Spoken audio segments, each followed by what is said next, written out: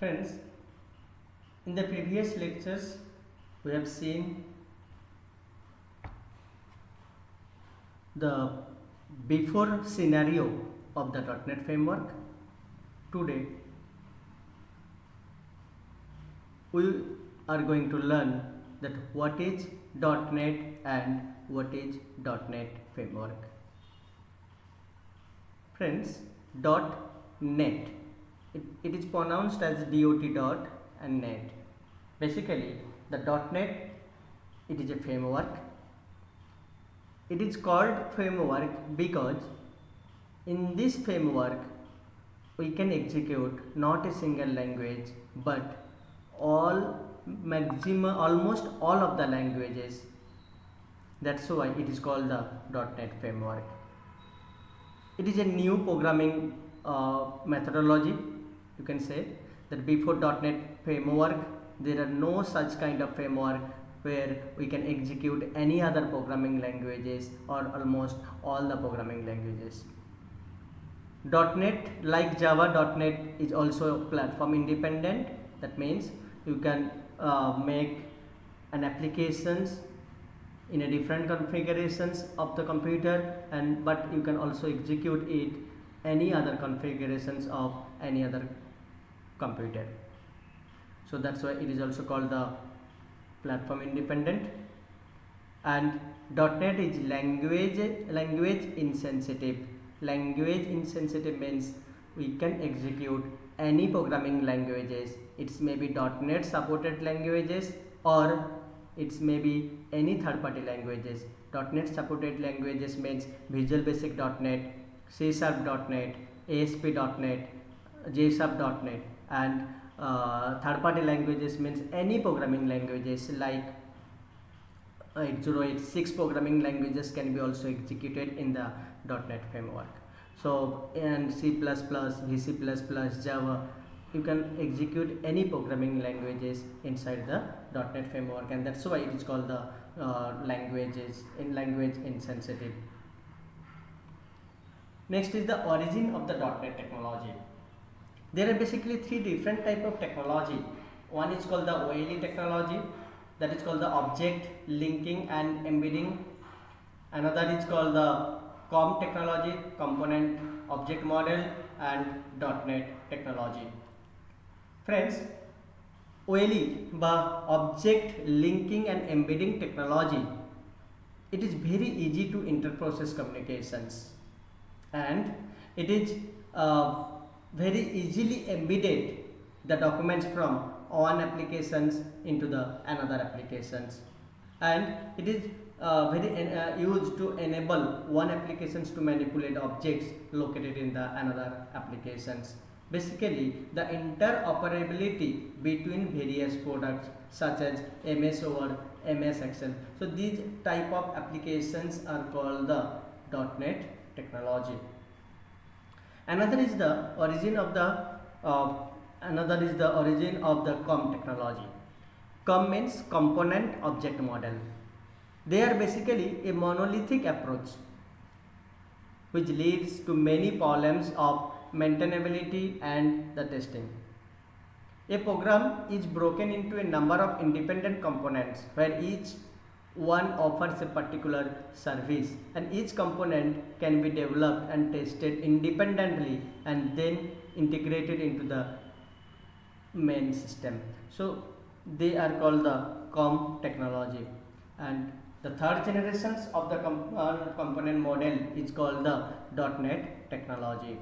In this technology, we can execute .NET supported technology and COM technology also by using the intermediate language or Microsoft intermediate language, that is called the IL and MSIL. Basically, the interoperability by compiling code into intermediate language, and the concept of the metadata is also applied in the .NET technology. So basically the .NET, it is a cross platform. Basically .NET platform, the programs or applications developed using the .NET framework It can be executed in the Windows 64. It can be also executed in the Windows 32, Windows C, and all. So basically, you can that type of platform is called the cross platform. Means if you develop an applications in Windows 32 operating system, but you can also execute it into the Windows 64. Or if you develop any applications in Windows 64 application, that time you can also execute it into the Windows 32 operating system, and that type of thing is called the cross platform. That's why .NET framework is also called the cross platform. So then these are the some narrow view of the .NET applications. First is the .NET applications, which is related to the .NET framework, and .NET framework, which is also related to the operating system and the various hardware. Now, what .NET framework actually is? Friends, .NET framework is a software framework that runs primarily on Microsoft Windows, but it includes a large library and supports several programming languages, which allows language interoperability. And the .NET library is available to all programming languages that .NET supports basically. It is an integral Windows component that supports building and running the next generation of applications and XML web services also. Basically, .NET framework is designed to fulfill some objectives. That is, first, to provide a consistent object-oriented programming environment, whether object code is stored and executed locally but internet distributed or executed remotely. The second objective is to provide a code execution environment that minimizes software deployment and visioning conflicts. Third is to provide a code execution environment that promotes safe execution of code, including code created by the unknown or semi-trusted third party. It is also developed to provide a code execution environment that eliminates the performance problems of scripted or interpreted environment, and it is also used to build all communications on industry standards to ensure that the code based on the .NET framework can integrate with many other code. Friends, basically .NET framework has two main components. One is the common language runtime and the .NET framework class library. Now, what is common language runtime? Common language runtime, it is also called the CLR. CLR, it is the heart of the .NET framework, because the common language runtime is the foundation of the .NET framework. You can think of the runtime as an agent that manages code and execution time, providing core services such as memory management, thread management, and remoting, while also enforcing strict type of safety and other forms of code accuracy and promote security and robustness. In fact, the concept of code management is a fundamental principle of the runtime also. So code that targets the runtime is known as managed code. Basically, managed code means what whatever languages directly supported by the .NET framework, and that type of source code is called the managed code. For example, Visual Basic .NET, C#, they are directly supported by the .NET framework, and this type of source code is called the .NET framework code, or they are also called the managed code. And which code are not directly supported by the .NET framework, they are called the unmanaged code, like Visual Basic, Visual C++, and all. So friends, these are the features of the common language runtime. because without common language runtime we cannot execute any programming language inside the .NET framework. And another important component is the class library. The class library that is comprehensive object-oriented collections of reusable types that you can use to develop applications ranging from traditional command line or graphical user interface. So basically these are the applications based on the latest innovations provided by the ASP.NET, such as web forms and XML web services and all. Friends, .NET framework can be hosted by the unmanaged components and load the common language runtime into their process and initiate the execution of managed code, thereby creating a software environment that can exploit both managed and unmanaged features. The .NET framework not only provides several runtime hosts but also supports the development of third-party runtimes. For example, ASP.NET hosts the runtime to provide a scalable server-side environment for managed code. But ASP.NET works directly with the runtime to enable ASP.NET applications and XML web services, both of which are discussed in later actually.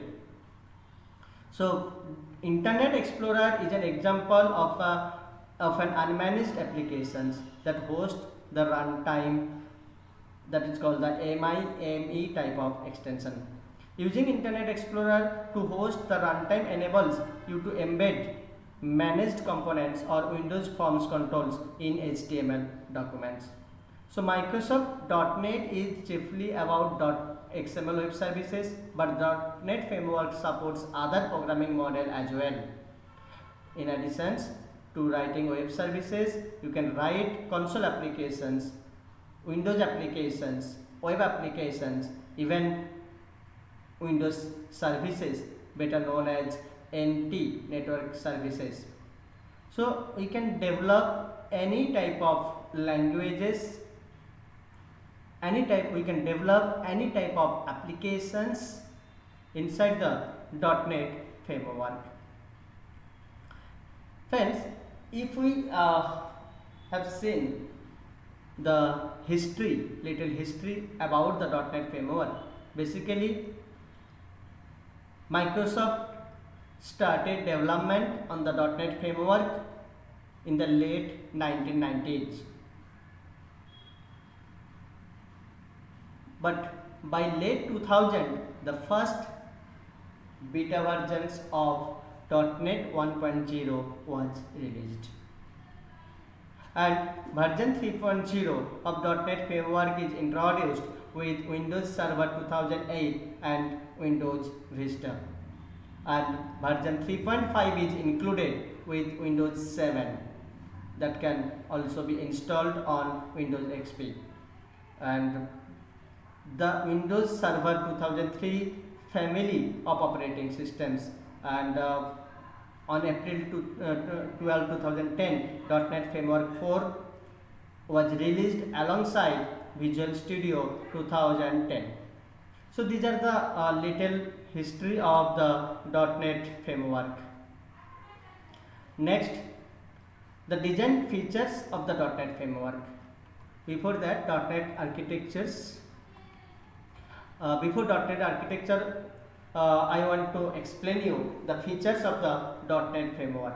The first features is called the interoperability. Interoperability means the computer system commonly requires interactions between new and older applications. The .NET framework provides means to access functionality that is implemented in programs and executed outside the .NET environment. Access to COM components is provided in the system.runtime.inter-op service basically. Next is the common language runtime. We have already seen that common language runtime, that is the heart of the .NET framework. All .NET programs execute under the supervision of the CLR, and guaranteeing certain properties and behaviors in the areas of memory management, security, and exception handling also. Third is the language independence. The .NET framework introduced a common type system, that is called the CTS, and CTS specification defines all possible data types and programming constructs supported by the CLR and how they may or may not interact with each other, conforming to the common language infrastructure. So basically CTS इसलिए use होता है friends, आपको पता है जो हर एक programming language का डेटा टाइप अलग अलग होता है. सी प्रोग्रामिंग लैंग्वेज का डेटा टाइप अलग होता है, C plus plus programming language का डेटा टाइप अलग होता है. बट जब हम बोलते हैं जो C plus plus language, V C plus plus language, visual basic programming languages can be also executed inside the .NET framework. So that time how we can manage the different data types inside the same framework, that can be possible by using the CTS, that is called the common type system. Next is the base class library. The base class library, that is the part of the .NET framework. Class library is a library of functionality available to all languages using the .NET framework, and the base class library provides classes with encapsulate a encapsulate a number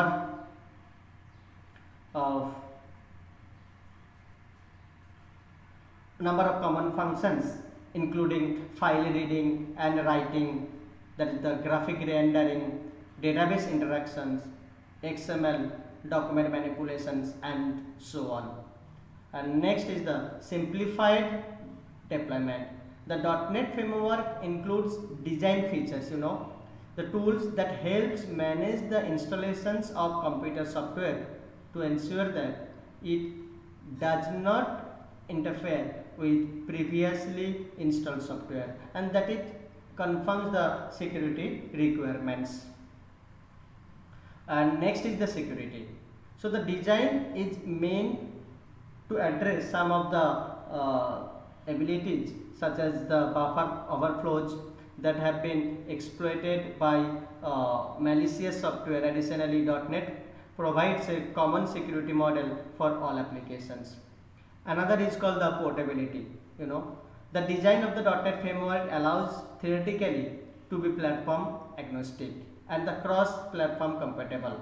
That is, a program written to use the framework should run without change on any type of system for which the framework is implemented. While Microsoft has never implemented the full framework on any system except Microsoft Windows, the framework is engineered to be platform agnostic and cross-platform implementations are available for other operating systems. So Microsoft submitted the specifications for the common language infrastructure, which includes the core class libraries, common type system, common intermediate language, and the C# language and the C++ to both ECMA and ISO, making them available to open standards. And this make it possible for third parties to create compatible implementations of the framework and its language on other platforms. So the next topic, that is called the .NET framework architectures. Inside the .NET framework architectures, friend, there are so many different features. One is called the CLR, that is called the Common Language Runtime. Another is called the CTS, that is called the Common Type System. Another is called the CLS, Common Language Specification. Then next is the IL or MSIL, that is called the Intermediate Language or Microsoft Intermediate Language. Another is called the Base Class Libraries. Another is called the Managed Code or Unmanaged Code. So these are the different types or different features are available inside the .NET architecture. Now, see, these are the specifications of the .NET architecture. Basically, here some open interchange format, that is the XML, SOAP are used. Some web services are used. Some frameworks libraries, that is the ASP.NET, ADO.NET, Windows Forms remoting, serialization. These are also available. Specific language compilers like C++, C#, Visual Basic.NET, and C++, COBOL. Means C++, COBOL, they can be also executed inside the .NET framework. Language interpretability, जैसे कि common language specification, development environment inside the Visual Studio.NET, VB.NET, C#.NET, JSUB.NET, and any other .NET supported languages are there. Compilation and execution, basically compilation process can be done inside the .NET framework by using the CLR, common language runtime. The first role of the common language runtime is to convert any programming languages or any source code to the IL or intermediate language. They are also called the Microsoft Intermediate Language or MSIL. And some hardware and operating system or database systems are also underlying as a platform inside the .NET architecture. So friend, first part of the .NET framework architecture, that is the example of the diagram architecture of the .NET framework. Say you can see that inside the Visual Studio.NET you can execute any programming languages, Visual Basic, C++, C#, JavaScript, and any other languages. And inside, just below, there are common language specification. Common language specification or CLS basically use इसलिए होता है because different programming languages को जब आप एक ही platform में execute करने के लिए जाते हो, एक यूनिफॉर्मेलिटी को दर्शाने के लिए, मतलब हर एक लैंग्वेज का डेटा टाइप अलग होता है, हर एक लैंग्वेज का सिंटैक्स अलग होता है, बट डिफरेंट सिंटैक्स को जब हम उसको ऑब्जेक्ट कोड में कन्वर्ट करते हैं, वो उसके लिए भी कॉमन लैंग्वेज स्पेसिफिकेशंस हमें ज़रूरत होता है. ASP.NET Web Services and Web Forms, basically they are used to design a web application or web page using the ASP.NET. Here in .NET framework, ASP.NET basically used to develop any web page and website, but when we want to write source code of ASP.NET, there are basically two different types. One, ASP.NET using Visual Basic, another ASP.NET using C#. We can also develop Windows Forms inside the .NET framework. Next, ADO.NET, basically used for the database connectivity. There are different database connectivities are available in .NET framework. For example, if you want to make a connectivity between the MS Access and the any .NET platform language, that time you have to use the OLEDB database connectivity. So ADO.NET is the database connectivity, and if you want to perform any data manipulation program, so that time you can use the ADO.NET. Base class library basically used to store lot many things, means whatever objects, whatever inbuilt classes and all, that all are stored inside the base class library. Basically in .NET framework, the methods are stored inside the inbuilt class, and inbuilt classes are stored inside the namespace. So in that format, the inbuilt methods, inbuilt objects and all are stored inside the base class library.